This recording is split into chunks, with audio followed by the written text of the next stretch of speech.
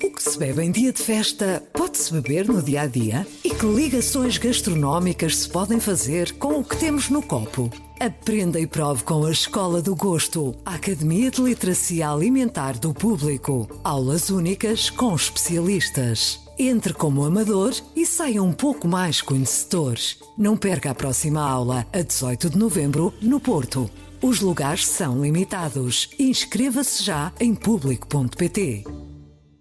Viva! Bem-vindo ao Poder Público, o podcast semanal sobre política. Eu sou Helena Pereira, comigo está a Sónia Sapaz, editora de política. Viva! O Nuno Ribeiro.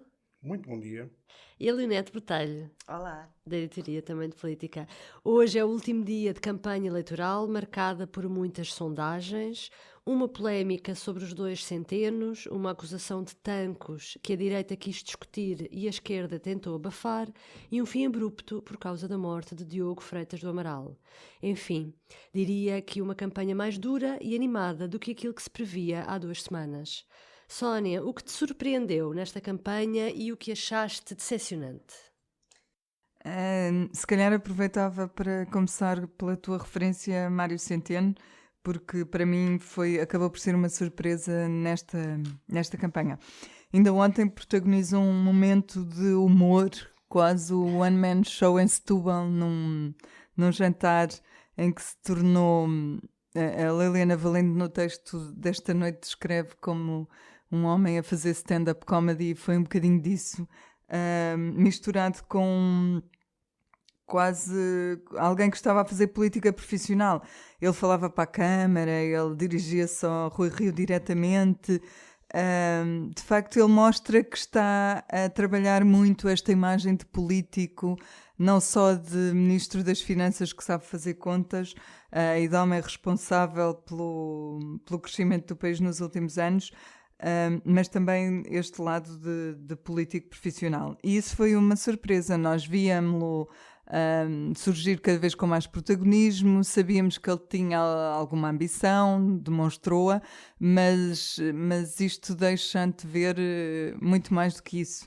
Ele foi o único a falar diretamente para Rui Rio desta maneira.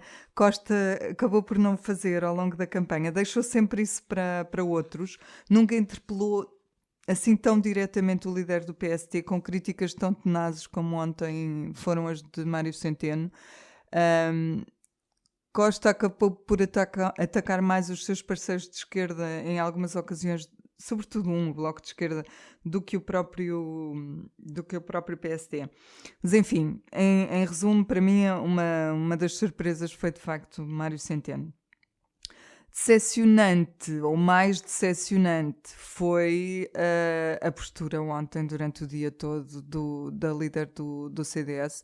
Durante o dia todo não, a partir do momento em que soube que tinha morrido o líder fundador do CDS.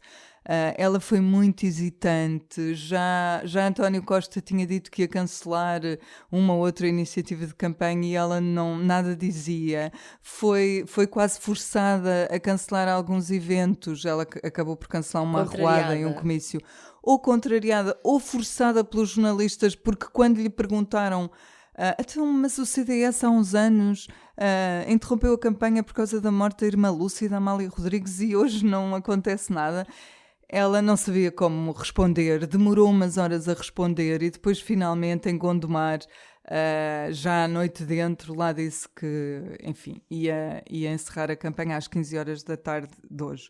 Foi um bocadinho decepcionante, acho que foi uma mancha numa campanha que também não está a correr muito bem a do CDS, não é? A avaliar. Bom, pelo que vejo, pelo que leio, pelo que tenho falado com as pessoas que estão no terreno, ela tem 2 lados. Um lado que funciona bem, que é ela na rua com as pessoas, e outro lado que funciona mal e que tem mais a ver com as dinâmicas internas também do partido. Ela tem tido alguns obstáculos, algumas rasteiras, não tem sido de facto fácil para ela. Além disso, as sondagens não a têm favorecido muito. Deixa-me só acrescentar, para não me alongar muito, outra coisa menos positiva nesta campanha e que não é propriamente decepcionante, mas também não é positiva, tem sido a prestação de Jerónimo de Sousa, muito apagado, muito cansado talvez. Ontem questionava se seria a última campanha dele. E quase parece que sim. Esta campanha, Leonete, foi mais bipolarizada do que aquilo se estava à espera. Pergunto isto porque temos um governo apoiado por partidos de esquerda, mas pelo menos esta reta final foi muito marcada pelas acusações pelo ping-pong entre PS e PSD, ou não? Sim, eu acho que houve várias. Eu não concordo muito com a ideia da bipolarização da campanha. Eu acho que houve aqui vários focos. O foco PS-Bloco de Esquerda, que foi bastante visível do princípio ao fim. Penso que agora também se continua a sentir em todas as declarações até de balanço, tanto de Catarina Martins como de António Costa. Depois há de facto aquele que começou por parecer um namoro entre PS e PSD e que foi azedando ao longo da campanha, sobretudo depois de Tancos e por causa de Tancos e da postura de Rui Rio, que veio de alguma forma contrariar a si próprio, fazendo um juízo de valor antes do julgamento, ao contrário daquilo que critica. De facto, há vários focos. O que eu acho também que houve é algum apagamento de António Costa ao longo da campanha, que começou bem. Parece-me que António Costa foi perdendo brilho. António Costa é um animal político, mas não é um animal de campanhas. Rua. Não é um animal de rua, tanto que ele puxou sempre que possível o papel de primeiro-ministro, às vezes até atabalhoadamente com o pré-anúncio de um cancelamento de agenda para ir aos Açores em pleno furacão, coisa que nem poderia acontecer antes, nem foi necessário acontecer depois, portanto teve que sair da rua quando Tancos estava ao rubro. Claro, eu percebo que a campanha é dura e que o stress também provoca dores de costas, mas, portanto, recolheu-se em vários momentos chave da campanha. Não foi aquele animal feroz que era Sócrates quando era acossado. Ele preferiu retrair-se e isso surpreendeu de alguma forma e, eventualmente, está a refletir-se nas sondagens. Rui Rio, pelo contrário, gosta do embate, gosta do confronto, e embora seja muito titubeante desde os debates em que ora passava a mão pelas costas a António Costa, ora o atacava, portanto, apesar daquela bipolaridade que Rui Rio foi mostrando ao longo da campanha, acabou por se revelar e por perceber aquilo que os críticos andaram a dizer durante quase 2 anos, é que quando ele crescia para António Costa, ganhava. E a verdade é que quando ele cresceu, ainda que atropelando a si próprio nas suas convicções, por causa de Tancos, subiu nas sondagens, isso é visível. Vamos ver como é que vai ser o resultado eleitoral, mas penso que o Rui Rio acordou. Penso que esta campanha mostrou a importância das campanhas eleitorais e que mudou todas as perspectivas que se tinha há 15 dias, mesmo já depois dos debates e das entrevistas. Eu acho que, desculpa interromper-te, mas eu acho que houve uma coisa muito importante que nós assistimos e que agora já podemos fazer esta reflexão. Tivemos uma campanha, basicamente, uma campanha de esclarecimento político. E essa campanha de esclarecimento político não foi nos comícios, foi nos debates. A importância dos debates foi fundamental e espero que para o futuro seja interpretada por todos como fundamental, ou então que alguns evitem esses debates. Foi uma campanha viva, apesar de tudo. Vocês já disseram, analisaram partido a partido os comportamentos. Eu apenas quero destacar e quero sublinhar aqui um aspecto que me parece muito importante. Há um homem que apareceu há 4 anos como um professor, quase um professor pardal, um homem tímido, com um sorriso equívoco, e que se revelou em 4 anos um personagem com uma capacidade de gestão política, da frase, da pose, da comicidade. Estás a falar de Mário Centeno. E que eu agora, sou eu a interromper-te só para fazer um comentário, já te devolvo a palavra, que vai morrer de tédio depois disto se for para a Caixa Geral de Depósitos. Não, eles é que morrem de susto. Para o Banco de Portugal, queria dizer. Eles é que morrem de susto. Porque este homem no Banco de Portugal pode ser mortal para muita gente. Com a sua sagacidade e espírito de humor, quem diria? Para mim é a grande revelação. Não é grande revelação porque eu já numa emissão anterior tinha dito que para mim ele era o grande político da legislatura. Quando toda a gente votou maioritariamente pelo Costa, eu disse que era Mário Centeno. O Costa já anda nisto desde miúdo, não é? Portanto, em relação... Depois há uma coisa que eu acho curioso, que é outra personagem que eu acho curiosa no meio disto tudo, pelo sentido negativo. E o dia de ontem, com o anúncio da morte de Freitas do Amaral, espelhou isso muito claramente. Que é, eu não queria focalizar nisto na Associação Cristas, entre outras coisas porque eu acho que ela não tem mérito para que ser focalizada apenas individualmente. Mas há um conjunto de líderes do CDS-PP que têm uma gestão complicada em relação ao início do seu partido. Eles, em 92, mataram o pai. E ontem não tinham capacidade de gerir ainda esse acontecimento. Um partido que tem uma relação tão freudiana com o fundador é um partido que não vai longe. E vamos ver, no domingo já saberemos até onde vai o Há uma CDS. coisa que eu não disse e que eu queria sublinhar, é que de facto não foi só a Assunção Cristas ontem, foi toda a sua direção. Ela estava acompanhada e estava aconselhada por outras pessoas, portanto aquilo foi um todo. Reagiram de facto. Já agora, a propósito disto, é curioso, porque Tancos serviu de maneira diferente ao PSD e ao CDS, e ambos cavalgaram, à sua maneira, o assunto. E isto nota-se nas sondagens que foram saindo.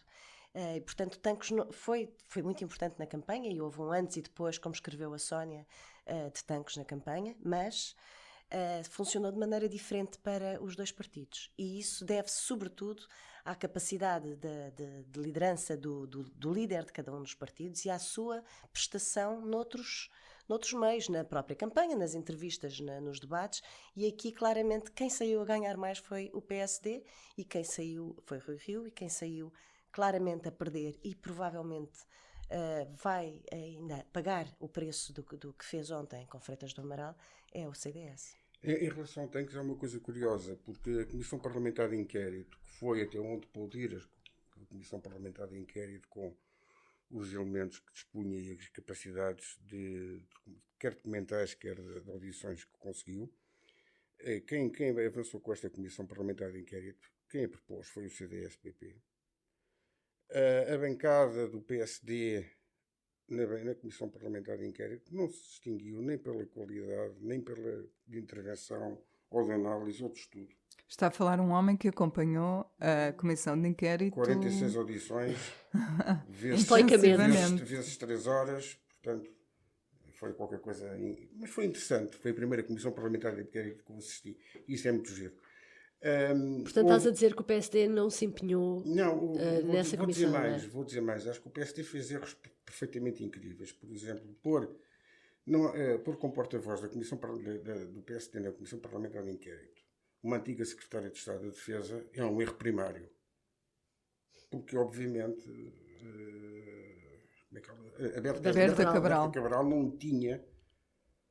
não tinha espaço de manobra para perguntar, quando lhe foi dito, por exemplo, pelos oficiais generais que lá foram, que isto de Tancos era há muitos anos, não era só de agora que aquilo estava tudo de pantanas. Já no governo dela, a partir daí, o que a senhora diz? Isto foi um erro de cálculo. Mas vai ser tudo muito diferente na próxima legislatura. Pois vai, havendo uma segunda comissão houve de 2 deputados que se distinguiram na Comissão Parlamentar de Inquérito. E cuja hipótese de manutenção política no Parlamento é mais que duvidosa. Jorge Machado, do PCP, que foi um bom interveniente na Comissão Parlamentar de Inquérito, e o António Costa Monteiro, do CDS. Foram, digamos, aqueles... Aliás, com uma acutilância concordante, muitas vezes, defendendo pontos de vista diversos, mas na maneira, nos trabalhos da Comissão tiveram um papel muito importante. Qual é a importância desta Comissão da divulgação do despacho de acusação? A divulgação do despacho de acusação demonstrou várias coisas. Okay. Demonstrou que riu do dito por não dito e que passa da justiça de quiosque à justiça de Ardina. E que afinal é um político como os outros. E que afinal é um político como os outros. Demonstra que a justiça, o que é da justiça à política, do que é da justiça, do que é da política, perdão, de Costas, de António Costa, com dores nas costas, não corresponde à verdade. Os títulos de primeira página, no final da semana passada, que havia uma... O Expresso. O Expresso, e não só. Que havia que uma... dizia que o PS... que havia uma conspiração do sim, Ministério sim, Público. Sim. O PS estava convencido que havia uma conspiração contra si. Isso depois foi retomado, sobretudo porque no despacho de acusação é feito um enquadramento. Esse enquadramento é legalmente obrigatório. Neste momento é legalmente obrigatório.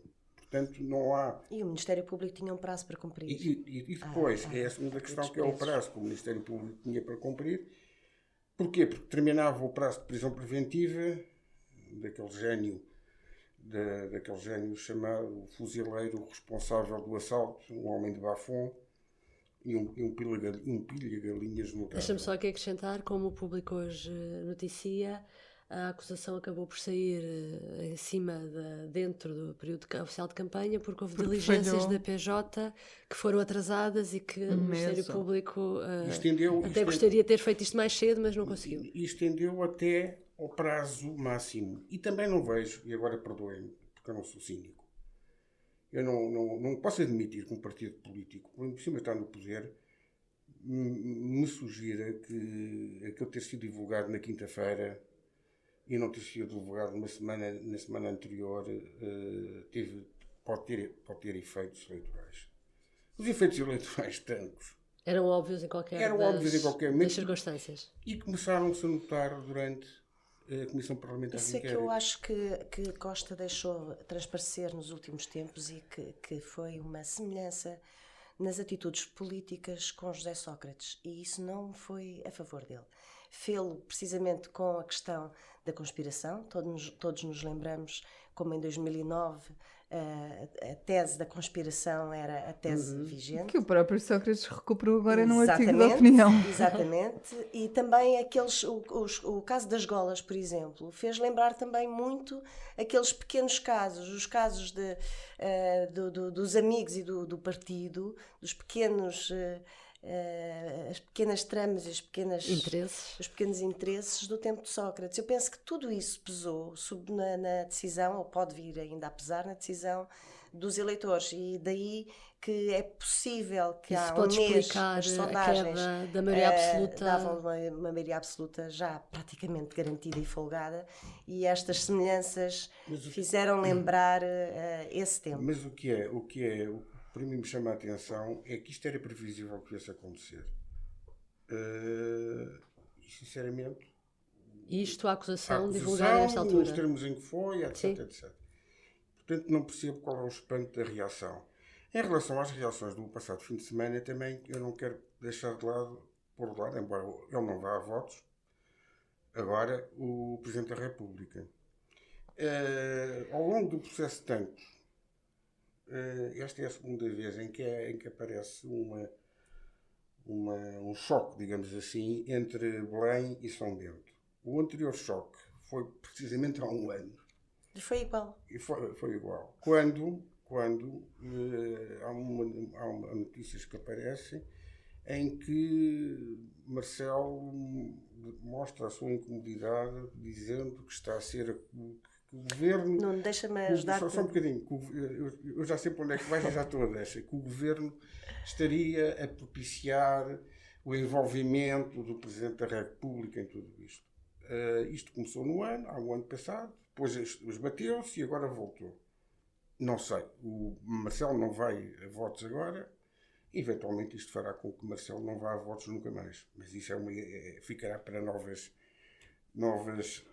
novas considerações e devolvo imediatamente a palavra Não, à é só nossa dizer que especialista do aconteceu ano. exatamente este ano, a mesma coisa que aconteceu no ano passado. Antes de se falar, ou quando o clima começava a subir e o tom começava a subir para chegar ao Primeiro-Ministro, antes que se chegasse ao Primeiro-Ministro, saíram notícias a apontar ao Presidente da República. Este ano aconteceu exatamente a mesma coisa. Antes de se conhecer a acusação, 2 dias antes, as notícias que vieram cá para fora foram as de Papagaio Mor e a fuga das escutas. E, portanto, correção. aqui isto é um facto. Aconteceu antes no ano passado, aconteceu antes este ano e já agora, voltando a 2017, que é o ano dos factos, as coincidências no tempo, por exemplo, em relação ao incêndio de outubro, foi no dia seguinte que se achou, ou melhor, que se revelou ter achado o material de guerra furtado. Portanto, há aqui, de facto, muitas coincidências. Muitas coincidências. Eu quero aqui fazer várias precisões. E eu não creio em las brujas. Eu quero fazer várias precisões. A primeira precisão que eu quero fazer em relação à história deste conflito latente entre Belém e São Bento é que para mim não nasce apenas ou poderá aparecer como tal quando se aponta a São Bento. Não. Isto começa, e basta ter acompanhado a audição da Comissão Parlamentar de Inquérito. É dito na Comissão Parlamentar de Inquérito, e estavam lá deputados de todos os partidos. A propósito, o Público publicou um trabalho sobre as perguntas que não foram feitas. E nessas perguntas que não foram feitas, havia perguntas destinadas diretamente ao Presidente da República e que já saíam da própria Comissão. Seriam lógicas das audições. No dia 4 de julho de 2017, numa visita do Presidente da República e do Ministro e do Secretário de Estado e das Descidas Militares a Tempos, o Presidente da República pergunta ao Coronel Luís Vieira, que era o Diretor-Geral da PJM, como é que estão as investigações. E o Diretor da PJM diz-lhe que as investigações não estão com ele, foram atribuídas à PJ pela Procuradora-Geral da República, Joana Marques Vidal, e diz Luís Vieira, o que é confirmado por outras pessoas que estiveram nessa reunião, como o Capitão João Bengalinha, da PJM, Marcelo terá dito: eu vou falar com a Procuradora, e terá instado o Azeredo Lopes a fazer o mesmo com a sua colega da Justiça. Isto não foi refutado até hoje por ninguém. E isto demonstra várias coisas. Demonstra que há uma tentativa de interferência da Presidência da República em relação à investigação, mas que nessa fase o Presidente da República sugere a mesma interferência ao Ministro da Defesa. Sabes o que é que Só um bocadinho. A segunda precisão relacionada com isto tem a ver também com outra coisa que também resultou da leitura do despacho de acusação. Numa determinada altura de todo este processo de Tancos, quando há as demissões de vários oficiais generais, um dos oficiais generais tenta contactar, passando por cima da hierarquia, tenta contactar com o Marcelo, dirigindo-se ao seu chefe da Casa Militar.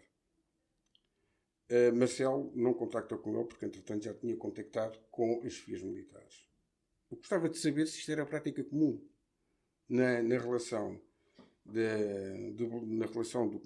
do chefe supremo, do Comando Supremo das Forças Armadas com os militares.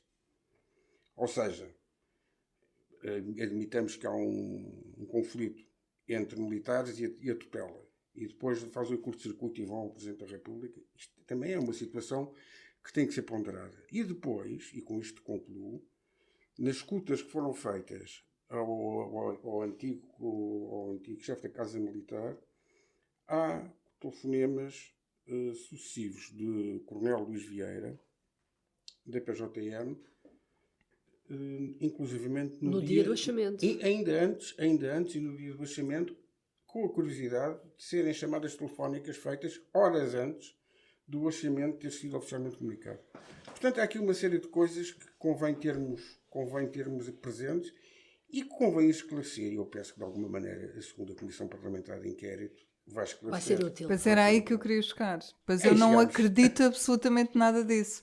Assim como a primeira foi puramente política, o que tu percebes é que foi puramente política, a segunda vai ser, e as conclusões... Isto é um caso para a justiça, não é um caso para andares a discutir em comissões de inquérito que tendencialmente um partido privilegia as teses que lhe dão jeito, o outro partido, enfim... Eu acho Bom, que não... vamos passando um bocadinho à frente. Amanhã vamos ter um dia de reflexão que vai ser marcado por um funeral com honras de Estado e eu creio que nenhum político ousará não estar presente. Domingo toda a gente será chamada às urnas e depois, segunda-feira, o que aponta as sondagens é que há uma vitória do PS. E como é que o PS vai governar? Sónia, vai fazer uma geringonça 2.0, vai chamar Rui Rio, por exemplo? Uma geringonça 2.0 nunca acontecerá porque implicaria, penso eu, porque implicaria que o PS perdesse as eleições. Não é? Que isso é que define a geringonça. E eu não parece que isso vá acontecer. Pode acontecer uma aliança pós-eleitoral.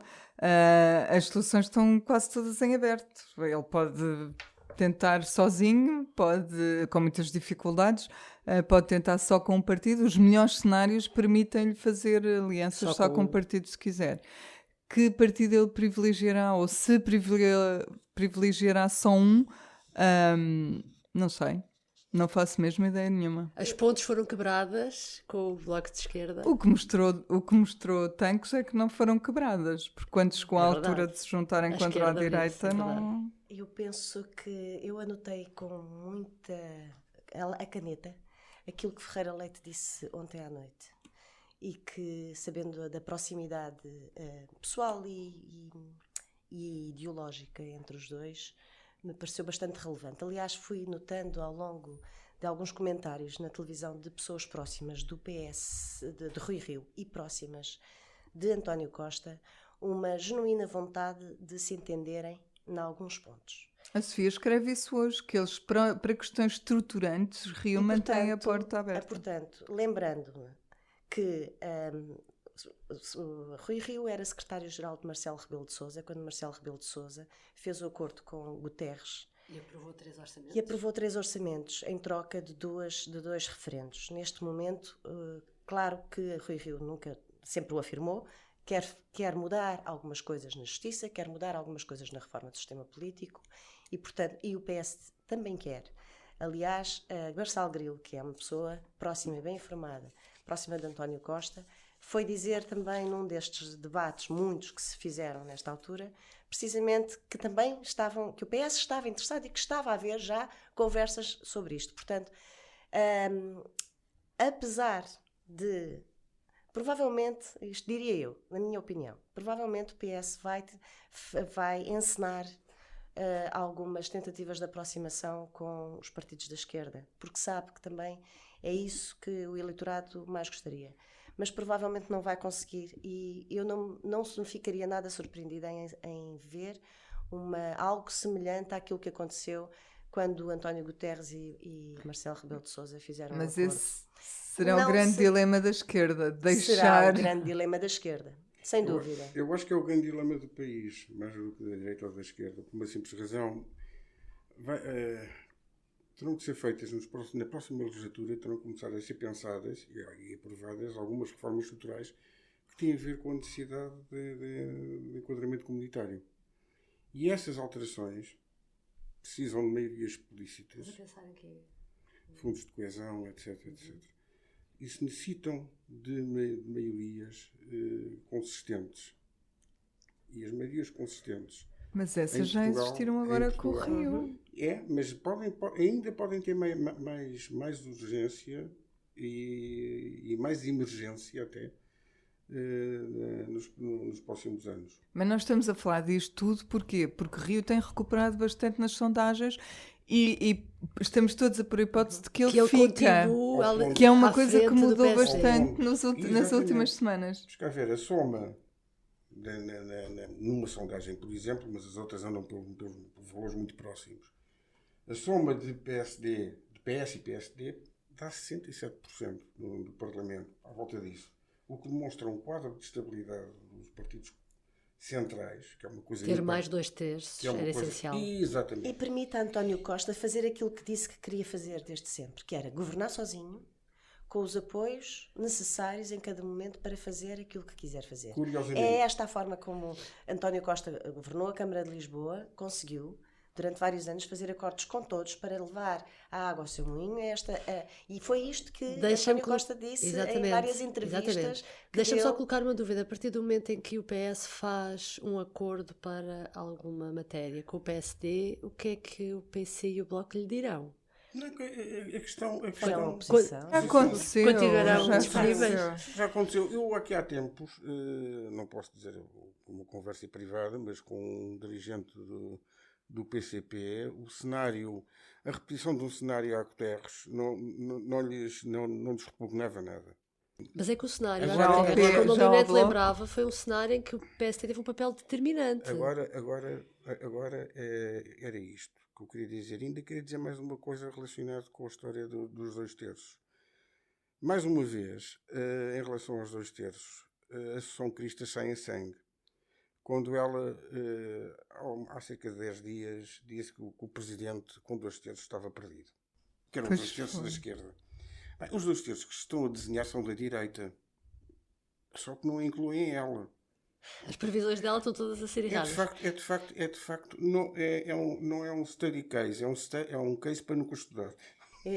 O que seria mesmo uma grande ironia da história era Marcelo Rebelo de Sousa acabar por deixar de ser candidato, ou não, desistir de ser candidato ao segundo mandato da Presidência da República, não tanto por Tancos, não estou convencida minimamente da tua tese, mas sim porque seria afastado por uma solução que ele próprio fez há 15 anos atrás, que é o Presidente da República, num contexto em que há um acordo de 2/3 no Parlamento entre o PS e o PSD, aí sim passa a ser completamente irrelevante. Seja para vetar, para promulgar, só é mesmo, está lá como notário e, portanto, será... Mas eu também acho que o acordo de 2/3 no Parlamento há de ser pontual, há de ser pontual. Não acredito que seja uma coisa fixa para marcar. E a hipótese do Bloco de Esquerda ir para o governo? Acham que tem alguma viabilidade? Ou não? Acho que António Costa pôs isso completamente de parte com todas as intervenções que fez. Admito mais. E aliás já levou o Bloco de Esquerda a recuar e já a dizer que não, afinal não quer ir para o governo. Mais ou menos. Pois, ou quase. Mais ou menos. Eu não acredito que o Bloco perca essa... Posso admitir, porque a política é fluida e há contradições que aparecem. Posso admitir que no futuro, não é imediato, dissidentes do Bloco de Esquerda sejam secretários de Estado. Eu digo dissidentes, ou seja, admito... Sim, não em nome do Bloco, mas em nome individual. Em nome individual, saídos do Bloco. Futuros dissidentes. Em preparação. Exato. Isso é complicado. Não é nada. É uma dinâmica como qualquer... Todos os partidos em Portugal tiveram dissidências, até o PCP. O Bloco já teve, caramba. E por motivos diferentes. Uns porque não o partido estava muito próximo do governo, outros porque estava muito distante. Portanto, tudo isto é possível. Tudo isto é fado, tudo isto é política. E os pequenos partidos, as novas formações que poderão chegar a São Bento, terão aqui algum papel a desempenhar? O único papel que podem ter, na minha opinião, é levarem o PS e o PSD na próxima legislatura, na reforma do sistema político que querem fazer, a mudar de tal forma a lei do sistema, a lei eleitoral, que impeçam que eles voltem a aparecer, que se mantenham na Assembleia numa outra legislatura. O objetivo da reforma do sistema político. Irão fazer algumas mudanças de maneira a travar, porque depois, quer dizer, quem é que domina? Quem é que são os partidos do regime? Como é que isto vai ser? Com um partido Chega? Mais um PAN? Mais um LIVRE? Mais uma Iniciativa Liberal? E horrível. Primeiro ainda vamos ver se algum consegue eleger, porque o nosso Parlamento também é muito rígido nessa matéria e não foram muitos os partidos que ao longo dos anos conseguiram. Eu por acaso tenho imensas dúvidas em relação a essa questão das sondagens, mas é verdade que várias dão a entrada de iniciativas liberais, livre, até chega. Mas tenho mesmo dúvidas. Eu queria destacar a humildade.